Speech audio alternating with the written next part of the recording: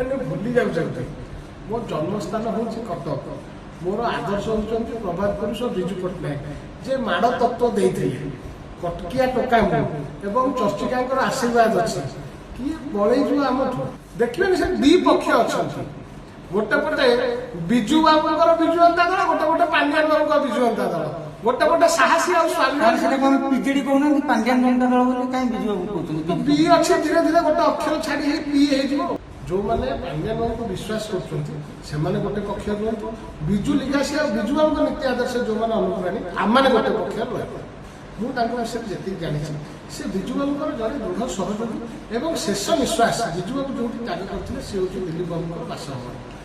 ମୁଁ ଏଇ କଥା ତାଙ୍କ ବିଷୟରେ ବିଶେଷ ଭାବେ ପଢ଼ିଛି, ତାଙ୍କ ସହିତ ସେ ମନ୍ତ୍ରିମଣ୍ଡଳରେ କାମ କରିଛନ୍ତି ଏବଂ ଦୃଢ଼ ସମର୍ଥକ ପ୍ରଭାତ ପୁରୁଷ ବିଜୁ ବାବୁଙ୍କର ଏବଂ ବିଜୁଇଜିମ୍ର ନବୀନିଜିମ୍ର ସେ ବିଜୁଇଜିମ୍ର ଜଣେ ଦୃଢ଼ ସମର୍ଥକ। ବରିଷ୍ଠ ବିଧାୟିକା 90 ମସିହାରୁ ବିଜୁ ବାବୁଙ୍କ ଅମଳର ନେତ୍ରୀ। ମୁଁ ସେଇ କଥା ଆପଣଙ୍କ ମାଧ୍ୟମରେ ନିବେଦନ କରିବାକୁ ଚାହେଁ। ସିଏ ମଧ୍ୟ ଜାଣିନାହାନ୍ତି। ଗତକାଲି ସେ ଗଣମାଧ୍ୟମ କହିଛନ୍ତି ସେମିତି କିଛି ଫାଉଣ୍ଡେସନ ନାହିଁ। ଆଜି ନବୀନ ବାବୁ ଆସିକି ସ୍ୱୀକୃତି ପ୍ରଦାନ। ନବୀନ ବାବୁ ବର୍ତ୍ତମାନ ପ୍ରେସରାଇଜ ହେଇକି ଅଛନ୍ତି ପାଣ୍ଡିଆନ କବ୍ଜାରେ। ମୁଁ ନିବେଦନ ସନ୍ନ୍ୟାସ ନେଇଯାଇଛନ୍ତି ପରା ଫାଉଣ୍ଡେସନର ସଭାପତି। କାହିଁକି ପାଣ୍ଡିଆନ ହେଲା? ଆଉ କିଏ ହେଇପାରିଥାନ୍ତା?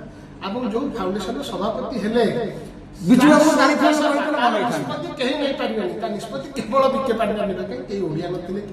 ଆଚ୍ଛା ଦେବ ଭାଇ, ଆଜି ବିଜେଡିରୁ ଦଳ ଆଇଥିଲେ ତମକୁ ବାଡିଆ ବାଡି କରିବା ପାଇଁ ଖବର ବର୍ତ୍ତମାନ ସେମାନେ ଭୁଲି ଯାଉଛନ୍ତି ମୋ ଜନ୍ମସ୍ଥାନ ହେଉଛି କଟକ। ମୋର ଆଦର୍ଶ ହେଉଛନ୍ତି ପ୍ରଭାତ ପୁରୁଷ ବିଜୁ ପଟ୍ଟନାୟକ, ଯେ ମାଡ଼ ତତ୍ତ୍ୱ ଦେଇଥିଲେ କଟକିଆ ଟୋକା ମୁଁ ଏବଂ ଚର୍ଚ୍ଚିକାଙ୍କର ଆଶୀର୍ବାଦ ଅଛି। କିଏ ବଳେଇଯିବ ଆମଠୁ? କେହି ବଳେଇ ପାରିବେ। ଡର ଲାଗିଲେ ଖାଲି ପାଣ୍ଡିଆନଙ୍କର ତୋଷାମଦ ହବା ପାଇଁ ସେମାନେ ଆକ୍ଟିଂ କରି ଆସିଥିଲେ।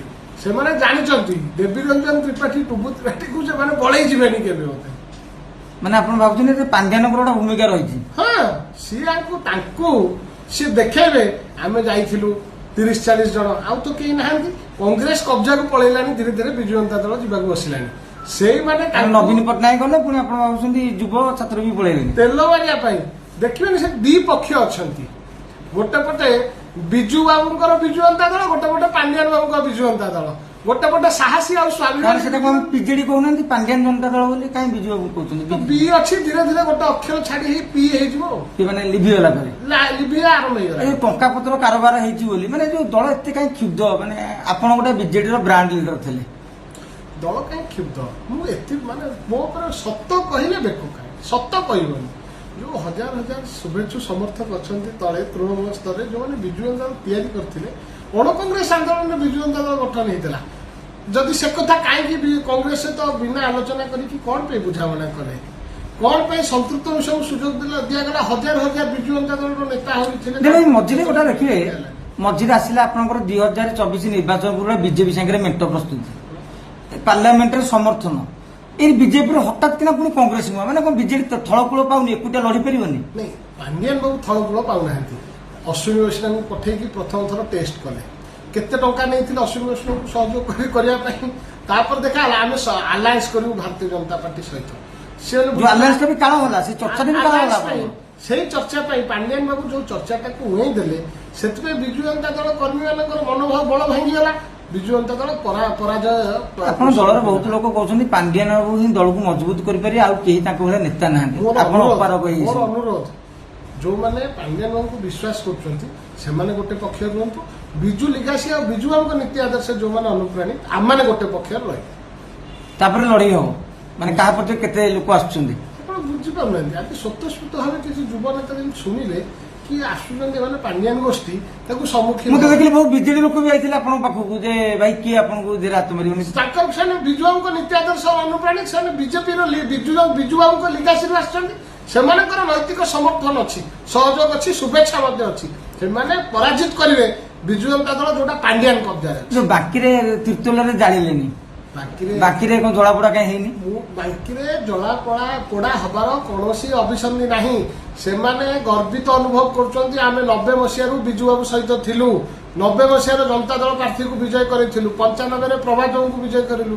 ନିରନ୍ତର ଭାବେ ବିଜୁ ବାବୁ ଯାହାକୁ ପଠେଇଥିଲେ ସେବା କରିବା ପାଇଁ ପ୍ରଭାତ ବାବୁଙ୍କୁ, ତାଙ୍କ ସୁପୁତ୍ର ଦେବୀରଞ୍ଜନ ତ୍ରିପାଠୀକୁ ବାଙ୍କି ପ୍ରଥମ ସେବକ ଭାବେ ବାଛି ସେମାନେ ଗର୍ବିତ, ସେମାନେ ଖୁସି ହଉଛନ୍ତି। ବହୁତ ଲୋକ ଭିଡିଓ କରି ମତେ ପଠାଉଛନ୍ତି। ଦିଲ୍ଲୀପ ରାୟ ସହିତ ଆପଣଙ୍କ କେବେଠୁ ସମ୍ପର୍କ? ମାନେ ବ୍ୟକ୍ତିଗତ ଭାବେ ମୁଁ ଦିଲ୍ଲୀପ ବାବୁଙ୍କୁ ଦ୍ୱିତୀୟ ଥର ଏମଏଲଏ ହେଲା ପରେ 2024 ପରେ ମୁଁ ଜାଣିବାର ସୁଯୋଗ ପାଇଲି ଯେ ଦିଲ୍ଲୀପ ବାବୁଙ୍କୁ ପୂର୍ବରୁ ଦେଖିଥିଲି ବିଭିନ୍ନ ପ୍ରକାର ଯେତେବେଳେ ଅସମୟ ପଡ଼ିଛି ସିଏ ଆସିକି ବ୍ୟକ୍ତିଗତ ସ୍ତରରେ ତାଙ୍କର ସମର୍ଥନ ସହଯୋଗ ଜଣାଇଛନ୍ତି। ମୁଁ ତାଙ୍କ ବିଷୟରେ ଯେତିକି ଜାଣିଛି ସେ ବିଜୁ ବାବୁଙ୍କର ଜଣେ ଦୃଢ଼ ସହଯୋଗୀ ଏବଂ ଶେଷ ନିଶ୍ୱାସ ବିଜୁ ବାବୁ ଯୋଉଠି ତ୍ୟାଗ କରିଥିଲେ ସେ ହେଉଛି ଦିଲ୍ଲୀପ ବାବୁଙ୍କର ବାସଭବନ। ମୁଁ ଏଇ କଥା ତାଙ୍କ ବିଷୟରେ ବିଶେଷ ଭାବେ ପଢ଼ିଛି। ତାଙ୍କ ସହିତ ସେ ମନ୍ତ୍ରିମଣ୍ଡଳରେ କାମ କରିଛନ୍ତି ଏବଂ ଦୃଢ଼ ସମର୍ଥକ ପ୍ରବାଦ ପୁରୁଷ ବିଜୁ ବାବୁଙ୍କର ଏବଂ ବିଜୁ ଇଜିମ୍ର ନବୀନିଜିମ୍ର ସେ ବିଜୁ ଇଜିମ୍ର ଜଣେ ଦୃଢ଼ ସମର୍ଥକ। ବିଜୁ ଜନତା ଦଳ ଗଠନରେ ମଧ୍ୟ ତାଙ୍କର ଗୋଟେ ବହୁତ ବଡ଼ ଭୂମିକା ଥିଲା। ଦେଖନ୍ତୁ ବିଜେଡି ଯେତେବେଳେ ପ୍ରାର୍ଥୀ ହେଲେ ଦିଲ୍ଲୀପ ରାୟ ସେଦିନ ଗୋଟେ ମାର୍ମିକ ପ୍ରତିବେଦନ ଟିକେ କରିଥିଲେ ଯେ ବିଜୁ ବାବୁଙ୍କର ପରିବାର ହିସାବରେ ମୁଁ ଆଜି ପ୍ରାର୍ଥୀ ହେବାକୁ ଯାଉଛି ବିଜୁ ଜୟନ୍ତୀରେ। ପୁଣି ଆପଣଙ୍କର ବିଜେଡି ନେତାମାନେ କହିଲେ କୁଆଡେ ସିଏ ବିଜୟ ହାତରେ ମିଶିକି ଚିକିତ୍ସା ଫିକିତ୍ସା କଲେନି, ସେଇଟା ସନ୍ଦେହ, ତାକୁ ତଦନ୍ତ କରିବାର ଆବଶ୍ୟକତା ରହିଛି। କୋଉଠି ଥିଲା ଯେତେବେଳେ ସରକାର ଥିଲେ କଥା କହିଲେନି? ଆଜି 24 ବର୍ଷ ସରକାର ଥିଲେ ଅନୁସନ୍ଧାନ ହେଇପାରିଥାନ୍ତା, ତଦନ୍ତ ହେଇପାରିଥାନ୍ତା, କଣ ପାଇଁ ତଦନ୍ତ କଲେ? ଆପଣ ଭାବୁଛନ୍ତି ବର୍ତ୍ତମାନ ବିଜେଡି ଗୋଟେ ସ୍ୱତନ୍ତ୍ର ଭାବେ ହାଇଜାକ୍ ହେଇଛି, ଗୋଟେ ଭିତରେ ଖେଳ ଚାଲିଛି? ଜାଣିପାରିଲେନି? କାଲି ମୁଁ କହୁଛି 20 ଜଣ ବିଧାୟକଙ୍କ ସମ୍ମୁଖରେ ବିଜୁ ଜନତା ଦଳ ସଭାପତି ମନା କଲେ ସେମିତି କୌଣସି ଫାଉଣ୍ଡେସନ ନାହିଁ, ବେସଲେସ୍ ଆଲିଗେସନ। ଗତକାଲି ବରିଷ୍ଠ ବିଧାୟିକା 90 ମସିହାରୁ ବିଜୁ ବାବୁଙ୍କ ଅମଳରୁ ନେତ୍ରୀ, ମୁଁ ସେଇ କଥା ଆପଣଙ୍କ ମାଧ୍ୟମରେ ନିବେଦନ କରିବାକୁ ଚାହେଁ। ସିଏ ମଧ୍ୟ ଜାଣିନାହାନ୍ତି। ଗତକାଲି ସେ ଗଣମାଧ୍ୟମ କହିଛନ୍ତି ସେମିତି କିଛି ଫାଉଣ୍ଡେସନ ନାହିଁ। ଆଜି ଗୌତମ ଦେବ ଦାସ ବି କହିଥିଲେ ସେମିତି। ନବୀନ ବାବୁ ଆସିକି ସ୍ୱୀକୃତି ପ୍ରଦାନ କଲେ। ମାନେ କଣ? ତାମାନେ ନବୀନ ବାବୁ ଜାଣିଥିଲେ? ନା ଆଜ୍ଞା, ମୋର ଗୋଟେ କଥା ଡାଉଟ୍ ଅଛି ମନରେ। ନବୀନ ବାବୁ ଶୋଇଥିବା ଅବସ୍ଥାରେ ତାଙ୍କ ଥମ୍ବ ଇମ୍ପ୍ରେସନ ନେଇଯାଇଛନ୍ତି କି? ତାଙ୍କର ଡିଜିଟାଲ ସିଗ୍ନେଚର ନିଶ୍ଚିତ ଭାବେ ବିଜୁ ଜନତା ଦଳ ପାଖରେ ମହଜୁଦ ଅଛି ଅଫିସରେ, ମୁଁ ଜାଣିଛି। ତାଙ୍କ ଥମ୍ବ ଇମ୍ପ୍ରେସନଟା ଯଦି ଶୋଇଥିବା ଅବସ୍ଥାରେ ନେଇପାରିଥିବେ ସେ ସେଥିପାଇଁ ମନା କରିଥିବେ। ତାପରେ ଦେଖିଥିବେ ଯେତେବେଳେ ପ୍ରସଙ୍ଗଟି ବଢୁଛି ଏବଂ ଆନ୍ଦୋଳିତ କରୁଛି ବିଜୁ ଜନତା ଦଳର ହଜାର ହଜାର କର୍ମୀମାନଙ୍କୁ ନେତୃତ୍ୱକୁ, ସେତେବେଳେ ନବୀନ ବାବୁଙ୍କୁ ବାଧ୍ୟ ପ୍ରେସରାଇଜ କରିକି ରଖାଯାଇଛି। ସେଇ କଥା ମୁଁ କହିବାକୁ ଚାହେଁ। ନବୀନ ବାବୁ ବର୍ତ୍ତମାନ ପ୍ରେସରାଇଜ ହେଇକି ଅଛନ୍ତି ପାଣ୍ଡିଆନ କବ୍ଜାରେ। ମୁଁ ନିବେଦନ ମାନେ କଲି ଏବେ ବି ପାଣ୍ଡିଆନ ସନ୍ନ୍ୟାସ ନେଇଯାଇଛନ୍ତି ପରା। ଫାଉଣ୍ଡେସନର ସଭାପତି କାହିଁକି ପାଣ୍ଡିଆନ ହେଲେ? ଆଉ କିଏ ହେଇପାରିଥାନ୍ତେ? ଏବଂ ଯୋଉ ଫାଉଣ୍ଡେସନର ସଭାପତି ହେଲେ ବିଜୁ ବାବୁଙ୍କୁ ଜାଣିଥିବା ଲୋକ ହେଇଥିଲେ ଭଲ ହେଇଥାନ୍ତା। ନିଷ୍ପତ୍ତି କେହି ନେଇପାରିବେନି। ତା ନିଷ୍ପତ୍ତି କେବଳ ବିକେ ପାଣ୍ଡିଆନ ନେବେ। କାହିଁକି କେହି ଓଡିଆ ନଥିଲେ କି? ବିଜୁ ବାବୁ ଫାଉଣ୍ଡେସନ କରିଥିଲେ, ମୁଁ ଜାଣିଛି। ଆଜି ସେ ଫାଉଣ୍ଡେସନର କଳିଙ୍ଗ ଫାଉଣ୍ଡେସନର ଓଡିଶାର ପୂର୍ବତନ ମନ୍ତ୍ରୀମାନେ ସଦସ୍ୟ ଅଛନ୍ତି, ବହୁ ମନ୍ତ୍ରୀ ସଦସ୍ୟ ଅଛନ୍ତି। କାହିଁକି ଯୋଉ ଫାଉଣ୍ଡେସନ ହେଇଛି ବିଜୁ ନବୀନ ଇନ୍ସପିରେସନାଲ ଫାଉଣ୍ଡେସନ, ତାର ସଭାପତି କାହିଁକି ଜଣେ ଅଣ ଓଡିଆ ହେଲେ? ଓଡିଆ ହେଇପାରିଲା? କାରଣ ବିଜେଡିର ଅଯୋଗ୍ୟ ସବୁ ବହୁତ ଅଛନ୍ତି ବୋଲି ଭାବି ଦେଇଛନ୍ତି କି? କାରଣ ଆପଣ ଦେଖିବେ ଯେ ପୂର୍ବରୁ ପାଣ୍ଡିଆନଙ୍କ ଦାୟିତ୍ୱରେ ନବୀନ ବାବୁ ଛାଡିକି ଶୋଇପଡ଼ିଲେ ଆରାମସେ। ଅବାଧ ମୁକ୍ତ ନିଷ୍ପତ୍ତି ନେବା ପାଇଁ ନବୀନ ବାବୁଙ୍କୁ ଦିଆଯାଉନି ସୁଯୋଗ। ପାଣ୍ଡିଆନ ବାବୁ ତାଙ୍କୁ ନିୟନ୍ତ୍ରଣ କରି ତାଙ୍କର କଣ ଲାଭ? ମାନେ ମୁଁ କହିବା କଥା ଗୋଟେ ଦଳକୁ ଭାଙ୍ଗିକି ଗୋଟେ ଲାଭ ଅଛି? ମାନେ ସିଏ ଚାହୁଁଛନ୍ତି ବିଜୁ ଜନତା ଦଳ ଭାଗ ହେଇଯାଉ, ବିଜୁ ଲିଗାସି ଆଉ ବିଜୁ ଜନତା ଦଳରେ ନ ରହୁ। ବିଜେପି ଗୋଟେ ମାନେ ମୋ କହିବା କଥା ହଉଛି ଯୋଉ ଚର୍ଚ୍ଚା ଚାଲିଛି, ମାନେ ପାଣ୍ଡିଆନଙ୍କ ପଛରେ କିଏ ଗୋଟେ ରହିଛି, ମାନେ କୋଉ କାରଣ ପାଇଁ ଗୋଟେ ସେ ଭାଙ୍ଗିବାକୁ ଚେଷ୍ଟା କରୁଛନ୍ତି, ମାନେ ସମସ୍ତେ ତାଙ୍କର ନିଜର କୁକର୍ମକୁ ଚରିତାର୍ଥ କରିବା ପାଇଁ। ସିଏ ଯୋଉ ଅପକର୍ମ ଗୁଡିକ କରିଛନ୍ତି, ଯୋଉ ଅର୍ଥ ଆହରଣ କରିଛନ୍ତି ଅସାଧୁ ଉପାୟରେ, ତାକୁ ଫୁଲଫିଲ କରିବା ପାଇଁ, ତାଙ୍କର ଡେଜିଗ୍ନେଟେଡ ଇଣ୍ଟରେଷ୍ଟକୁ କମ୍ପ୍ଲାଏ କରିବା ପାଇଁ ସେ ଏଭଳି କାର୍ଯ୍ୟ। ଏବେ ବି ଆପଣଙ୍କର ଭିଡିଓ ମାନେ ଆମେ ଦେଖୁଛେ ନବୀନ ବାବୁ ବିଜୁ ବାବୁ ଏବେ ବି ମଧ୍ୟ ଆପଣ ତାଙ୍କୁ ଭଲ ପାଆନ୍ତି, କିନ୍ତୁ ମୁଁ ଏ ନିଷ୍ପତ୍ତି ସହିତ ନଥିଲି। କଂଗ୍ରେସ ଆନ୍ଦୋଳନ, ଅଣ କଂଗ୍ରେସ ଆନ୍ଦୋଳନ ବିଜୁ ଜନତା ଦଳ ଜନ୍ମ, ବିଜୁ ଲିଗାସିରେ ମୁଁ ବିଶ୍ୱାସ କରେ। ଆଜି ମଧ୍ୟ କହୁଛି, କାଲି ଯୋଉମାନେ କହିଲେ ସେମାନେ ରାଜନୀତି ବିଜ୍ଞାନର ଛାତ୍ର। କେମିତି କହିଲେ 96 ମସିହାରେ ପ୍ରଭାତ ବାବୁ ଦେଇଥିଲେ ଜୟନ୍ତ ପଟ୍ଟନାୟକଙ୍କୁ ଭୋଟ ପବ୍ଲିକ କରିବାର ନିଷ୍ପତ୍ତି ସୁପ୍ରିମକୋର୍ଟ ଅର୍ଡର ଦେଇଥିଲେ 2006 ମସିହାରେ। 96 ମସିହା କେମିତି ଜାଣିଲେ ଯେ ସେ ପ୍ରଭାତ ବାବୁ କାହାକୁ ଭୋଟ ଦେଲେ ବୋଲି? ଏମାନେ ଖାଲି ପାଣ୍ଡିଆନକୁ କେମିତି ନିଜର ସର୍ବଗୁରୁ ମାରିକି ତାଙ୍କୁ କେମିତି ଶାନ୍ତ କରିବେ। ପାଣ୍ଡିଆନ ବିଷୟରେ କହିଲେ ବୋଲି ପ୍ରଭାତ ତ୍ରିପାଠୀକୁ ମଧ୍ୟ ଚାଷି ଦେଇଗଲେ। ଆପଣ ଦେଖିବେ ମୁଖପାତ୍ର ମାନେ ବି ଯୋଉ ଭଳିଆ ଭାବରେ କହିଲେ, ଯୋଉ ଭଳି ଆପଣ ଦେଖୁଥିବେ, ତାମାନେ ସେମାନେ ଖାଲି ପାଣ୍ଡିଆନକୁ ଖୁସି କରିବାକୁ ଲାଗି ପଡୁଛନ୍ତି। ଓଡିଶାବାସୀଙ୍କ କାମ କରିବା, ଓଡିଶାବାସୀଙ୍କୁ କେମିତି ଖୁସି କରିବା, ଏ ଲକ୍ଷ୍ୟ ନାହିଁ କାହାର। ଖାଲି ପାଣ୍ଡିଆନକୁ ମାନେ ଆଜି ସିନା ପାଣ୍ଡିଆନ ଠାରୁ କିଛି ପାଇଯାଉଛନ୍ତି କିମ୍ବା କ୍ଷମତା ଲୋଭ ରହିଛି, 5-10 ବର୍ଷ ଦଳ ନଥିଲେ ସେ କଣ ପାଇବେ? ଆଜି କଣ ପାଇଁ ଏ କଥା ମତେ ଆନ୍ଦୋଳିତ କଲା? ଏ ନିଷ୍ପତ୍ତି ଦେବୀରଞ୍ଜନ ତ୍ରିପାଠୀକୁ ଆନ୍ଦୋଳିତ କଣ ପାଇଁ କଲା? ମୁଁ ବାହାରିକି ଆସି ଖୋଲା ଭାବେ ଆପଣଙ୍କ ସମ୍ମୁଖରେ ପରିପ୍ରକାଶ କଣ ପାଇଁ କଲି? ମୁଁ ଲୁଚିକି ଯାଇପାରିଥାନ୍ତି। ମୁଁ ସାମ୍ନାକୁ ଆସି କହିଲି ମୁଁ ବିଜୁ ଲିଗାସିର ପିଲା, ମୁଁ ବିଜୁ ବାବୁଙ୍କ ନୀତି ଆଦର୍ଶର ଅନୁପ୍ରାଣିତ। ମୁଁ ସେଥିପାଇଁ ଆହ୍ୱାନ ଦଉଛି ଯୋଉମାନେ ପାଣ୍ଡିଆନ କବ୍ଜାରେ ଅଛନ୍ତି ଦଳକୁ ନବାକୁ ଚାହୁଁଛନ୍ତି ଆପଣ ମାନଙ୍କୁ କଡା ସମ୍ମୁଖୀନ ହବାକୁ ପଡିବ ଆମ ବିରୋଧର। ଆମେ ବିଜୁ ବାବୁଙ୍କ ଦାୟର ଆହୁରି ଅନେକ ନେତା ଆପଣଙ୍କ ସାଙ୍ଗରେ ବର୍ତ୍ତମାନ ଥିବେ ସେଇ ପ୍ରଶଂସା ହଜାର କଲେଣି? ହଜାର ସଂଖ୍ୟାରେ କେତେଜଣ ଫୋନ କଲେଣି ଯେ ଦେବୀ ତୁ ଯାହା କରୁଛୁ ଠିକ କରୁଛୁ? ବିଧାୟକ ଦଳରୁ ବହୁତ ବିଧାୟକ ଫୋନ କରୁଛି। ମାନେ ତାମାନେ ବିଧାୟକ ଦଳରେ ବି ଲୋକ ଚାହୁଁନାହାନ୍ତି ଏମିତି ଗୋଟେ ଅବୈଧ ବୁଝାମଣାକୁ ଗ୍ରହଣ କରିପାରିନାହାନ୍ତି। ଦଳର ପରିଚାଳନାକୁ ନେଇକି ଗୋଟେ ତାଙ୍କ ମନରେ କ୍ଷୋଭ ରହିଛି। ଯେହେତୁ ବୟସର ଅପରାହ୍ନରେ ପହଞ୍ଚିଲେଣି, ନିର୍ବାଚିତ ହେଇଛନ୍ତି, ବିଧାୟକ ଭାବେ ମନୋନୀତ ହେଇଛନ୍ତି, ବିଜୁ ବାବୁଙ୍କ ଅମଳରୁ ଅଛନ୍ତି ଦଳରେ, ସେମାନେ ଶେଷ ସମୟରେ ଆଉ କୁଆଡେ ଯିବାକୁ ନିରବ ରହିବାକୁ ଇଚ୍ଛା ସେମାନେ କରୁଛନ୍ତି। ତାଙ୍କର ନୈତିକ ସମର୍ଥନ ଟେଲିଫୋନ ଯୋଗେ ମୋ ସହିତ ଆଲୋଚନା ହେଇ ଶୁଭେଚ୍ଛା ଏବଂ ଆଶୀର୍ବାଦ ଦେଇଛନ୍ତି। ଶଙ୍ଖ ଭବନ କାଲି କାହାର ହବ? ବିଜୁ ଲିଗାସିର ନା ପାଣ୍ଡିଆନ ଲିଗାସିର?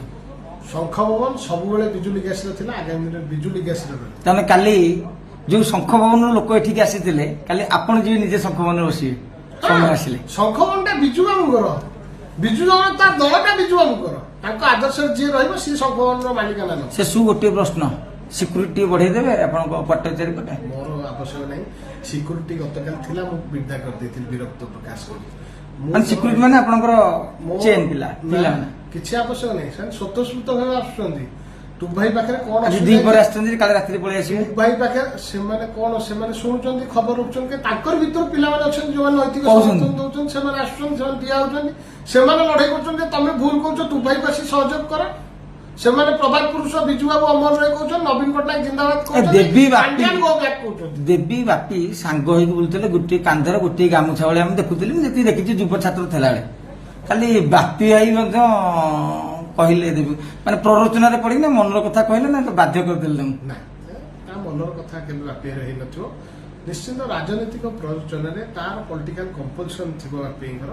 ସେଥିପାଇଁ ବୋଧେ ସିଏ ମଧ୍ୟ ଅନୁଭବ କରୁଛନ୍ତି ଯେ କୋଉଟା ଠିକ କୋଉଟା ଭୁଲ। ଯେତେବେଳେ ମୁଁ କହିଲି 20ଟା ବିଧାୟକ, ସିଏ ମଧ୍ୟ ସେ ବିଧାୟକ ମାନଙ୍କ ଭିତରେ ଉପସ୍ଥିତ ଥିଲେ। ଯେତେବେଳେ ନବୀନ ବାବୁ କହିଲେ ଯେ ଏମିତି କୌଣସି ଫାଉଣ୍ଡେସନ ନାହିଁ, this all ware baseless allegation, ନା ନବୀନ ମାନେ ମାନିଲେନି ପ୍ରଥମେ? ନା 20 ଜଣଙ୍କ ବିଧାୟକ ଆଗରେ ଏଟା ଚାପା ଗଣମାଧ୍ୟମରେ ମଧ୍ୟ ପ୍ରକାଶିତ ହେଇଛି। ନବୀନ ବାବୁଙ୍କୁ ବାପି ଭାଇ ଯିଏ 3 ଥର ବିଧାୟକ ହେଲାଣି, ସିଏ ବୁଝଉଥିଲେ ଯେ ଆଜ୍ଞା ପ୍ରଭାତ ବାବୁ ଏଇ ଆଲିଗେସନ ଆଣୁଛନ୍ତି। ନବୀନ ବାବୁ କହିଲେ ଦିସ୍ ଆଲିଗେସନ୍ସ ଆର୍ ବେସଲେସ୍। ସନ୍ତୁତ ବାବୁ ଡାକିଲେ, ସନ୍ତୁତ ବାବୁ କହିଲେ ଦିସ୍ ଆଲିଗେସନ୍ସ ଆର୍ ବେସଲେସ୍। ନବୀନ ବାବୁ ଲୁଚଉଛନ୍ତି ମାନେ ତ ସନ୍ଦେହ କରିବେ। କଣଟା ମୁଁ ପା ସେଇ କଥା କହିଲି, ନବୀନ ବାବୁଙ୍କ ଥମ୍ବ ଇମ୍ପ୍ରେସନ ଶୋଇଥିବା ଅବସ୍ଥାରେ କାର୍ତ୍ତିକ ପାଣ୍ଡିଆନ ନେଇଯାଇଛନ୍ତି କି? ଯେପର୍ଯ୍ୟନ୍ତ ପାଣ୍ଡିଆନ ବିଜେଡି ବୁଝୁଥିବେ ସେ ପର୍ଯ୍ୟନ୍ତ ବିଜେଡିର ଭବିଷ୍ୟତ, ସେ ପର୍ଯ୍ୟନ୍ତ ଓଡିଶାରେ ବିଜୁ ଜନତା ଦଳର ଭବିଷ୍ୟତ ହବା କଷ୍ଟ। କିନ୍ତୁ ଆମେ ଯୋଉମାନେ ଏକାଠି ହଉଛୁ ଧୀରେ ଧୀରେ ବିଜୁ ଲିଗାସି, ଆମେ ଏକାଠି ହେଇକି ବିଜୁ ଜନତା ଦଳକୁ ଫୁଲ୍ ଟ୍ରାକ୍ ଆଣିବୁ।